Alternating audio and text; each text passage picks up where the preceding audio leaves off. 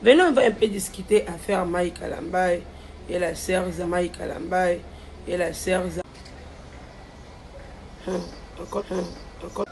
Salut. Salut. Réagissez, hein, réagissez. Affaire Maï Kalambay et la sœur Zawadi. On va essayer un peu de réfléchir pour comprendre le but derrière tous ces scandales récemment, surtout avec les serviteurs de Dieu.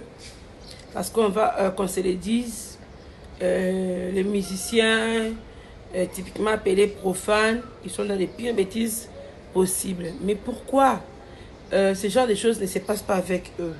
Pourquoi ce genre de choses ne se passent pas avec eux? Qu'est-ce qui fait que c'est avec de pasteurs, des musiciens chrétiens qu'il y a trop ce genre de choses? Et c'est devenu comme une vague depuis un moment maintenant, que c'est devenu comme une vague. C'est quoi? C'est dû à quoi? C'est quoi l'objectif?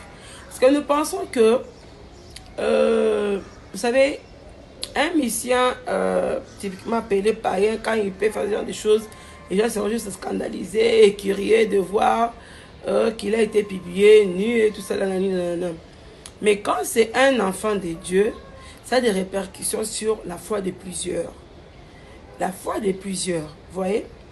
Et beaucoup de chrétiens peuvent perdre leur foi en Dieu, beaucoup de personnes, et même la personne serviteur aussi de Dieu, bien servante de Dieu, peut se lasser aussi de servir Dieu, parce que tomber, c'est humain.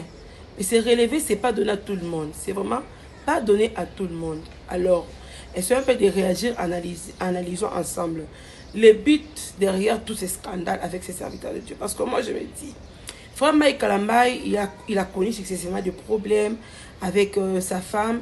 Il n'a pas encore eu du répit. Il s'est lancé dans ses grands projets Madiabou. Pourquoi seulement maintenant? Parce qu'une femme qui se dit être une femme mariée, mère de 4 enfants, qui a un mari, elle fait coquille son mari. Non seulement elle ne dit pas à son mari là-bas pour se faire pardonner entre elle, son mari et sa belle famille, pour gérer l'histoire de leur famille, elle vient sur la toile. S'il vous plaît, maintenant essayez un peu de comprendre pourquoi une femme mariée, qui a un mari à protéger, qui a des enfants à protéger, peut venir sur les réseaux sociaux pour étaler son infidélité, même dans le moindre détail. Même dans le moindre détail. Si vous pouvez partager ce live, on va attirer beaucoup plus de gens. Tapotez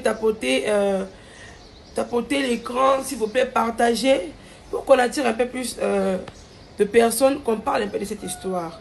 Ces phénomènes, parce que ce sont des choses, nous devons apprendre à décourager les choses. Nous vivons dans un monde où nous savons qu'il y a le mal existe. Le mal existe, nous avons trouvé le mal. Mais pourquoi aujourd'hui c'est devenu monnaie courante? Sur les réseaux sociaux, si tu as un problème avec un ami, la place à régler c'est sur les réseaux sociaux. Tu as un différent. Bonjour. Bonjour.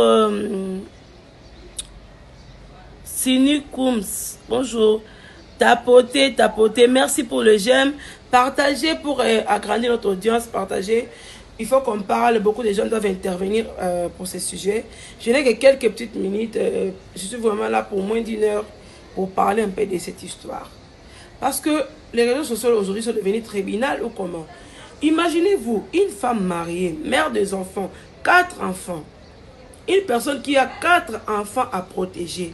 Un mari à protéger. Pourquoi viendrait-elle sur les réseaux pour